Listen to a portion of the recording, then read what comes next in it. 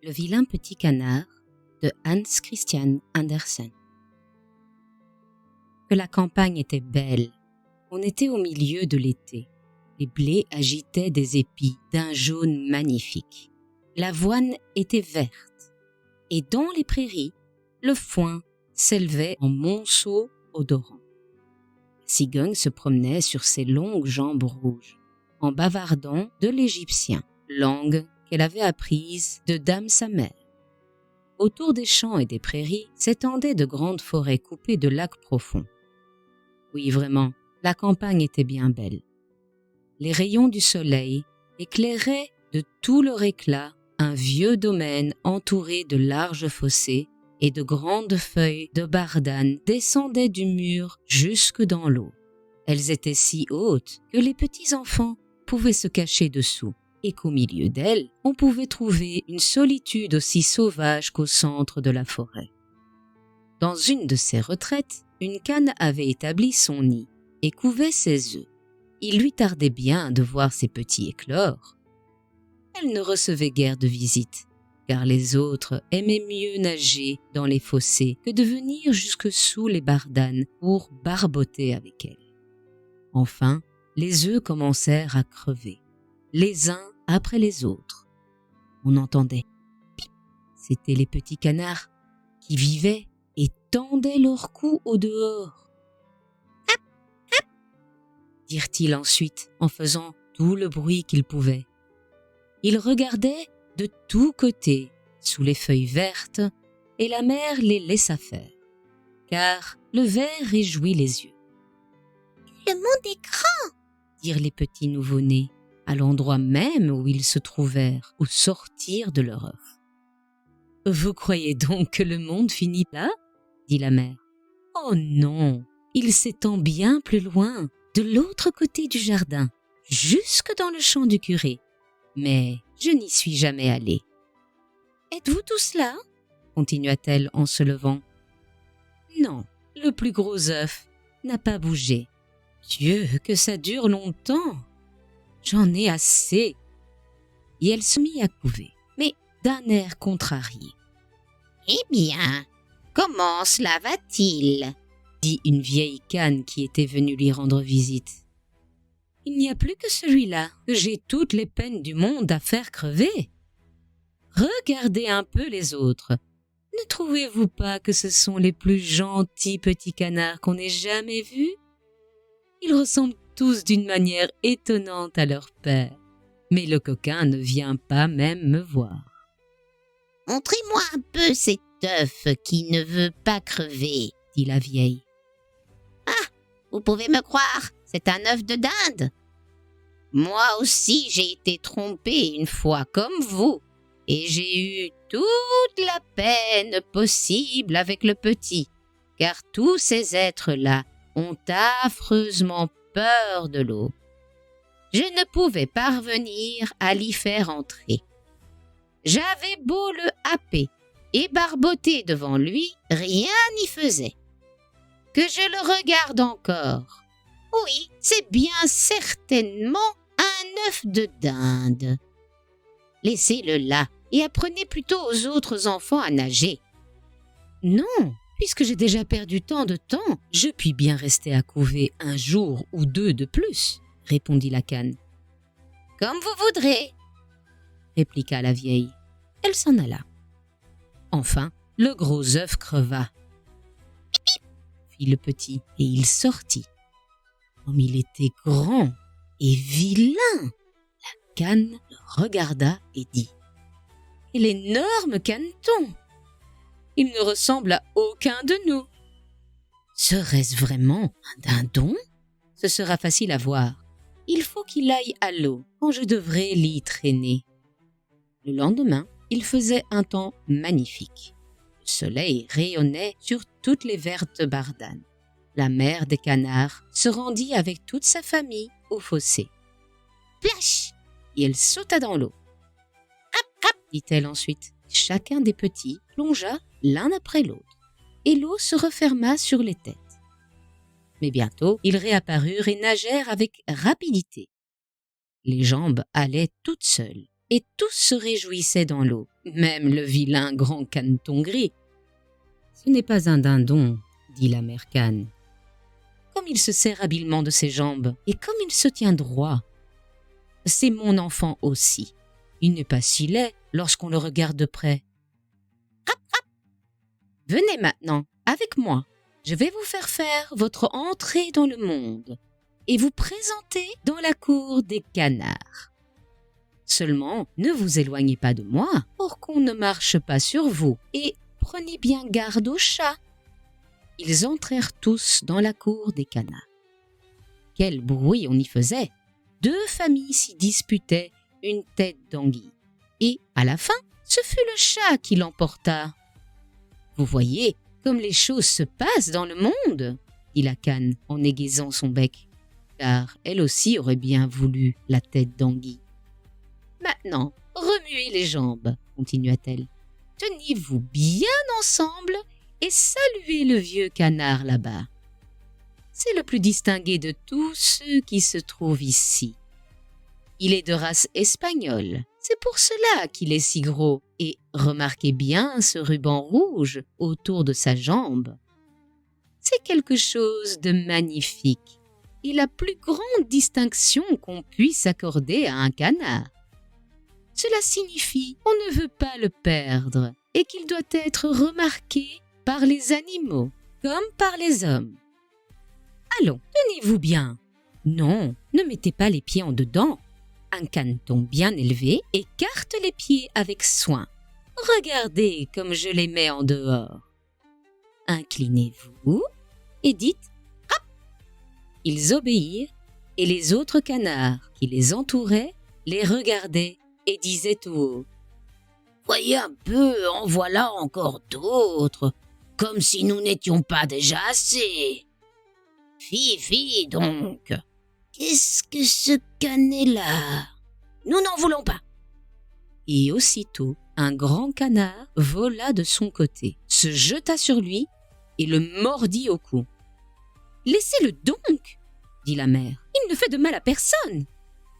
D'accord, mais il est si grand et si drôle, dit l'agresseur, qu'il a besoin d'être battu. Vous avez là de beaux enfants, la mère, dit le vieux canard au ruban rouge. Ils sont tous gentils excepté celui-là. Il n'est pas bienvenu. Je voudrais que vous puissiez le refaire. C'est impossible, dit la mère cane. Il n'est pas beau, c'est vrai, mais il a un si bon caractère. Et il nage dans la perfection. Oui. J'oserais même dire mieux que tous les autres. Je pense qu'il grandira joliment et avec le temps, il se formera. Il est resté trop longtemps dans l'œuf et c'est pourquoi il n'est pas très bien fait. Tandis qu'elle parlait ainsi et le tirait doucement par le cou et lissait son plumage. Du reste, c'est un canard et la beauté ne lui importe pas tant.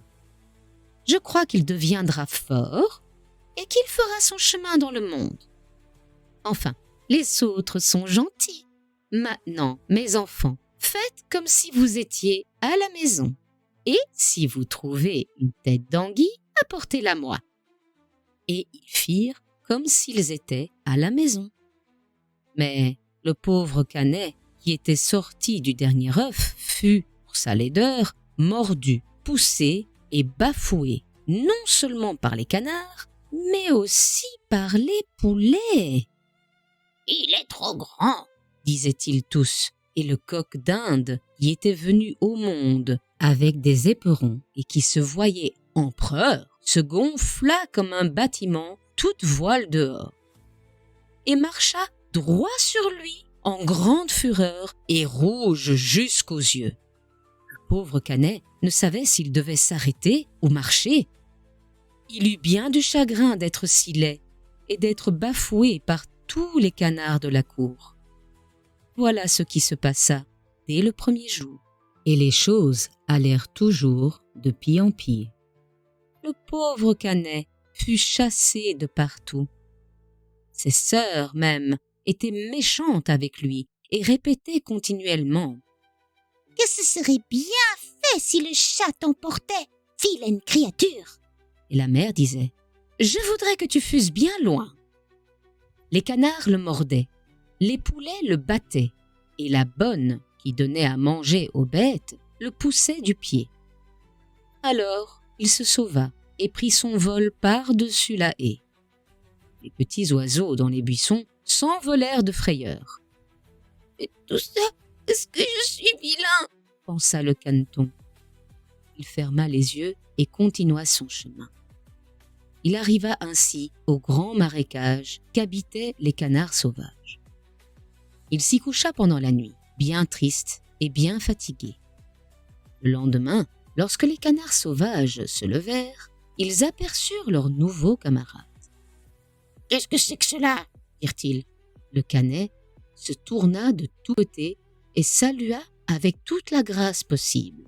« Tu peux te flatter d'être énormément laid, » disaient les canards sauvages. « Mais cela nous est égal, pourvu que tu n'épouses personne de notre famille. » Le malheureux, est-ce qu'il pensait à se marier? Lui qui ne demandait que la permission de coucher dans les roseaux et de boire de l'eau du marécage? Il passa ainsi 2 journées. Alors arrivèrent dans cet endroit 2 jarres sauvages. Ils n'avaient pas encore beaucoup vécu, aussi étaient-ils très insolents. « Écoute, camarade, dirent ces nouveaux venus, tu es si vilain que nous serions contents de t'avoir avec nous. Veux-tu nous accompagner et devenir un oiseau de passage? Ici tout près, dans l'autre marécage, il y a des oies sauvages charmantes, presque toutes demoiselles, et qui savent bien chanter. Qui sait si tu ne trouveras pas le bonheur, malgré ta laideur affreuse. » Tout à coup, on entendit « pif, paf » et les 2 jarres sauvages tombèrent morts dans les roseaux. Et l'eau devint rouge comme du sang. Pif, paf, et les troupes d'oies sauvages s'envolèrent des roseaux. Et on entendit encore des coups de fusil. C'était une grande chasse. Les chasseurs s'étaient couchés tout autour du marais. Quelques-uns s'étaient même postés sur des branches d'arbres qui s'avançaient au-dessus des joncs. Une vapeur bleue, semblable à des petits nuages, sortait des arbres sombres et s'étendait sur l'eau. Puis, les chiens arrivèrent au marécage. Flash, flash, et les joncs et les roseaux se courbaient de tous côtés. Quelle épouvante pour le pauvre caneton! Il plia la tête pour la cacher sous son aile. Mais en même temps, il aperçut devant lui un grand chien terrible. Sa langue pendait hors de sa gueule, et ses yeux farouches étincelaient de cruauté. Le chien tourna la gueule vers le caneton, lui montra ses dents pointues et, plash, plash, il alla plus loin sans le toucher. « Dieu merci !» soupira le canard. « Je suis si vilain que le chien lui-même dédaigne de me mordre. » Et il resta ainsi, en silence, pendant que le plomb sifflait à travers les joncs et que les coups de fusil se succédaient sans relâche. Vers la fin de la journée seulement, le bruit cessa, mais le pauvre petit n'osa pas encore se lever. Il attendit quelques heures, regarda autour de lui et se sauva du marais aussi vite qu'il put. Il passa au-dessus des champs et des prairies. Une tempête furieuse l'empêcha d'avancer. Sur le soir, il arriva à une misérable cabane de paysans, si vieille et si ruinée qu'elle ne savait pas de quel côté tomber. Aussi restait-elle debout. La tempête soufflait si fort autour du caneton qu'il fut obligé de s'arrêter et de s'accrocher à la cabane. Tout allait de mal en pis. Alors, il remarqua qu'une porte avait quitté ses gonds et lui permettait, par une petite ouverture, de pénétrer dans l'intérieur. C'est ce qu'il fit. Là demeurait une vieille femme avec son matou et avec sa poule. Et le matou, qu'elle appelait son petit-fils, savait arrondir le dos et filer son rouet. Il savait même lancer des étincelles, pourvu qu'on lui frottât convenablement le dos à rebrousse-poil. La poule avait des jambes fort courtes, ce qui lui avait valu le nom de courte jambe. Elle pondait des œufs excellents et la bonne femme l'aimait comme une fille. Le lendemain, on s'aperçut de la présence du caneton étranger. Le matou commença à gronder et la poule à glousser. « Qu'y a-t-il » dit la femme en regardant autour d'elle. Mais comme elle avait la vue basse, elle crut que c'était une grosse cane qui s'était égarée. « Voilà une bonne prise, dit-elle. J'aurai maintenant des œufs de cane. Pourvu que ce ne soit pas un canard. Enfin, nous verrons. » Et elle attendit pendant 3 semaines. Mais les œufs ne vinrent pas. Dans cette maison, le matou était le maître et la poule la maîtresse. Aussi, ils avaient l'habitude de dire « nous et le monde », car ils croyaient faire à eux seuls la moitié et même la meilleure moitié du monde. Le caneton se permit de penser que l'on pouvait avoir un autre avis, mais cela fâcha la poule. « Sais-tu pondre des œufs ?» demanda-t-elle. « Non. »« Eh bien alors, tu auras la bonté de te taire. » Et le matou le questionna à son tour. « Sais-tu faire le gros dos ? Sais-tu filer ton rouet et faire jaillir des étincelles ? Non. Alors tu n'as pas le droit d'exprimer une opinion quand les gens raisonnables causent ensemble. » Et le caneton se coucha tristement dans un coin. Mais tout à coup, un air vif et la lumière du soleil pénétrèrent dans la chambre. Et cela lui donna une si grande envie de nager dans l'eau qu'il ne put s'empêcher d'en parler à la poule. « Qu'est-ce donc ?» dit-elle. « Tu n'as rien à faire et voilà qu'il te prend des fantaisies. Pond des œufs ou fais ronron et ces caprices te passeront. »« C'est pourtant bien joli de nager sur l'eau, » dit le petit canard. « Quel bonheur de la sentir se refermer sur sa tête et de plonger jusqu'au fond. »« Ça doit être un grand plaisir en effet, » répondit la poule. « Je crois que tu es devenu fou. Demande un peu à Minet qui est l'être le plus raisonnable que je connaisse, s'il aime à nager ou à plonger dans l'eau. Demande même à notre vieille maîtresse. Personne dans le monde n'est plus expérimenté. Crois-tu qu'elle ait envie de nager et de sentir l'eau se refermer sur sa tête ? Vous ne me comprenez pas. » « Nous ne te comprenons pas ? Mais qui te comprendrait donc ? Te croirais-tu plus instruit que Minet et notre maîtresse ? » ?»« Je ne veux pas parler de moi. » »« Ne t'en fais pas à croire, enfant, mais remercie plutôt le Créateur de tout le bien dont il t'a comblé. Tu es arrivé dans une chambre bien chaude. Tu as trouvé une société dont tu pourrais profiter et tu te mets à raisonner jusqu'à te rendre insupportable. Ce n'est vraiment pas un plaisir de vivre avec toi. Crois-moi, je te veux du bien. Je te dis sans doute des choses désagréables, et c'est à cela que l'on reconnaît ses véritables amis. Suis mes conseils et tâche de pondre des œufs ou de faire ronron. Je crois qu'il me sera plus avantageux de faire mon tour dans le monde, répondit le canard. Comme tu voudras, dit le poulet. Et le canard s'en alla nager et se plonger dans l'eau. Mais tous les animaux le méprisèrent à cause de sa laideur. L'automne arriva. Les feuilles de la forêt devinrent jaunes et brunes. Le vent les saisit et les fit voltiger. En haut, dans les airs, il faisait bien froid. Des nuages lourds pendaient, chargés de grêle et de neige. Sur la haie, le corbeau croassait tant il était gelé. Rien que d'y penser, on grelottait. Le pauvre caneton n'était, en vérité, pas à son aise. Un soir que le soleil se couchait glorieux, toute une foule de grands oiseaux superbes sortit des buissons. Le canet n'en avait jamais vu de semblable. Ils étaient d'une blancheur éblouissante. Ils avaient le cou long et souple. C'étaient des cygnes. Le son de leur voix était tout particulier. Ils étendirent leurs longues ailes éclatantes pour aller loin de cette contrée, chercher dans les pays chauds des lacs toujours ouverts. Ils montaient si haut, que le vilain petit canard en était étrangement affecté. Il tourna dans l'eau comme une roue, il dressa le cou et le tendit en l'air vers les cygnes voyageurs. Il poussa un cri si perçant et si singulier qu'il se fit peur à lui-même.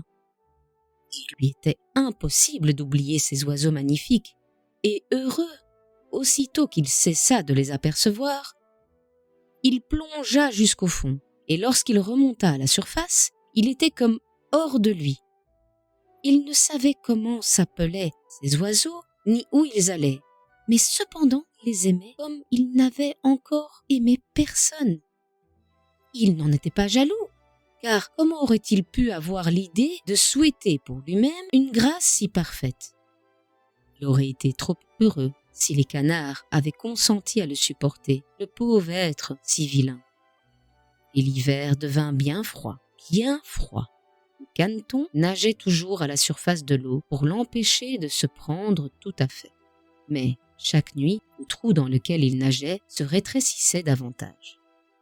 Il gelait si fort qu'on entendait la glace craquer. Le canet était obligé d'agiter continuellement les jambes pour que le trou ne se fermât pas autour de lui. Mais enfin, il se sentit épuisé de fatigue. Il ne remuait plus et fut saisi par la glace. Le lendemain matin, un paysan vint sur le bord et vit ce qui se passait. Il s'avança, rompit la glace et emporta le canard chez lui pour le donner à sa femme. Là, il revint à la vie. Les enfants voulurent jouer avec lui, mais le caneton, persuadé qu'ils allaient lui faire du mal, se jeta de peur au milieu du pot au lait, si bien que le lait rejaillit dans la chambre. La femme frappa ses mains l'une contre l'autre de colère, et lui, tout effrayé, se réfugia dans la baratte, dans la huche à farine, puis de là prit son vol au dehors. Dieu, quel spectacle! La femme criait, courait après lui et voulait le battre avec les pincettes. Les enfants s'élancèrent sur le tas de fumier pour attraper le caneton. Il riait et poussait des cris. Ce fut un grand bonheur pour lui d'avoir trouvé la porte ouverte et de pouvoir ensuite se glisser entre les branches dans la neige. Il s'y blottit, tout épuisé. Il serait trop triste de raconter toute sa misère et toutes les souffrances qu'il a eues à supporter pendant cet hiver rigoureux. Il était couché dans le marécage, entre les joncs, lorsqu'un jour, le soleil commença à reprendre son éclat et sa chaleur. Les alouettes chantaient. Il faisait un printemps délicieux. Alors, tout à coup, le caneton put se confier à ses ailes, qui battaient l'air avec plus de vigueur qu'autrefois, assez fortes pour le transporter au loin. Et bientôt, il se trouva dans un grand jardin où les pommiers étaient en pleine floraison, où le sureau répandait son parfum et penchait ses longues branches vertes jusqu'au fossé. Comme tout était beau dans cet endroit, comme tout respirait le printemps, et des profondeurs du bois sortirent 3 cygnes blancs et magnifiques. Ils battaient des ailes et nagèrent sur l'eau. Le canet connaissait ces beaux oiseaux. Il fut saisi d'une tristesse indicible. « Je veux aller les trouver, ces oiseaux royaux. Ils me tueront pour avoir osé, moi, si vilain, m'approcher d'eux. Mais cela m'est égal. Mieux vaut être tué par eux que d'être mordu par les canards, battu par les poules, poussé du pied par la fille de basse-cour, et que de souffrir les misères de l'hiver. » Il s'élança dans l'eau et nagea à la rencontre des cygnes. Ceux-ci l'aperçurent et se précipitèrent vers lui, les plumes soulevées. « Tuez-moi » dit le pauvre animal, et, penchant la tête vers la surface de l'eau, il attendait la mort. Mais vit-il dans l'eau transparente? Il vit sa propre image au-dessous de lui. Ce n'était plus un oiseau mal fait, d'un gris noir, vilain et dégoûtant. Il était lui-même un cygne. Il n'y a pas de mal à être né dans une basse-cour lorsque l'on sort d'un œuf de cygne. Maintenant, il se sentait heureux de toutes ses souffrances et de tous ses chagrins. Maintenant, pour la première fois, il goûtait tout son bonheur en voyant la magnificence qui l'entourait, et les grands cygnes nageaient autour de lui et le caressaient de leur bec. De petits enfants vinrent au jardin et jetèrent du pain et du grain dans l'eau, et le plus petit d'entre eux s'écria « En voilà un nouveau !» Et les autres enfants poussèrent des cris de joie. « Oui, c'est vrai, il y en a encore un nouveau !» Et ils dansaient sur les bords, puis battaient des mains, et ils coururent à leur père et à leur mère, et revinrent encore jeter du pain et du gâteau. Et ils dirent tous « Le nouveau est le plus beau, qu'il est jeune, qu'il est superbe !» Les vieux cygnes s'inclinèrent devant lui. Alors il se sentit honteux et cacha sa tête sous son aile. Il ne savait pas comment se tenir, car c'était pour lui trop de bonheur. Mais il n'était pas fier. Un bon cœur ne le devient jamais. Il songeait à la manière dont il avait été persécuté et insulté partout, et voilà qu'il les entendait tous dire qu'il était le plus beau de tous ces beaux oiseaux. Le sureau même inclinait ses branches vers lui, et le soleil répandait une lumière si chaude et si bienfaisante. Alors ses plumes se gonflèrent, son cou élancé se dressa, et il s'écria de tout son cœur « Comment aurais-je pu rêver autant de bonheur pendant que je n'étais qu'un vilain petit canard ?»